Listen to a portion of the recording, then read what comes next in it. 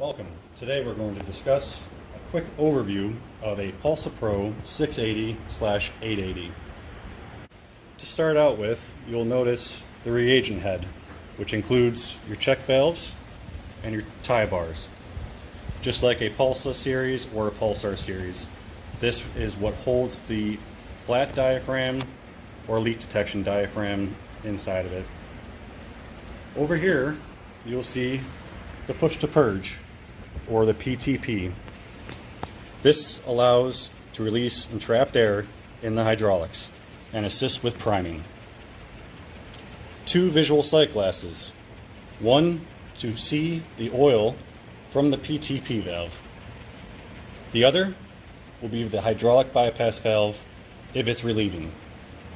Speaking of the hydraulic bypass valve, it will be located on the side of the pump with this protective cover preset from the factory per the pump specifications. If you have a hydraulic upset condition, you'll see oil coming through the sight glass. Right below the hydraulic bypass valve, you will notice your pump nameplate. On this nameplate, you will find the model number, the serial number, the rated flow, the rated pressure, and your most important thing, the COP kit, or the keep on pumping kit, along with your piston diameter, gear ratio, and motor frame size. Along with that, you will see the pulse feeder information along with the website. On the rear of the pump, you'll notice the oil fill cap. This is where you will pour in your hydraulic oil. This sight glass will give you a visual representation of the oil level within this gearbox. Right below the sight glass is your drain plug to remove all the hydraulic oil during maintenance. Coming around to the other side of the pump, you'll notice the stroke adjustment. This is a manual stroke adjustment. You'll see your dial and your stroke rate. All you have to do is rotate it and it will increase the stroke rate. Once you reach your desired set point, you're going to use the lock to lock in your stroke. Right above that is your motor adapter, where you'll connect your motor to the input shaft. Now let's get inside the pump. Now we're going to remove the reagent head, or the wet end of your pump.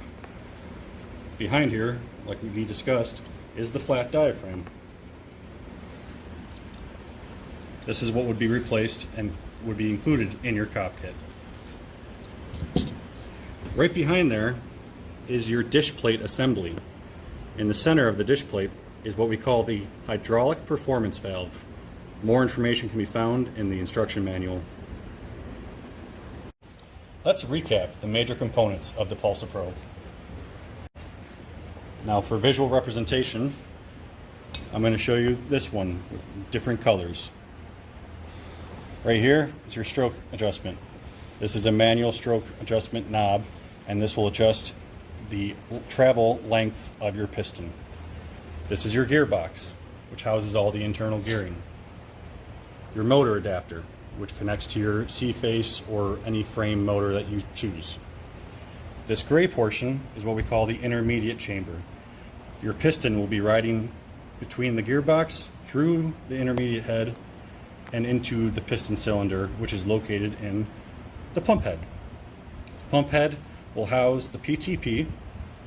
On the bottom, there will be a hydraulic performance check valve and has the internal hydraulic performance valve located inside your dish plate assembly.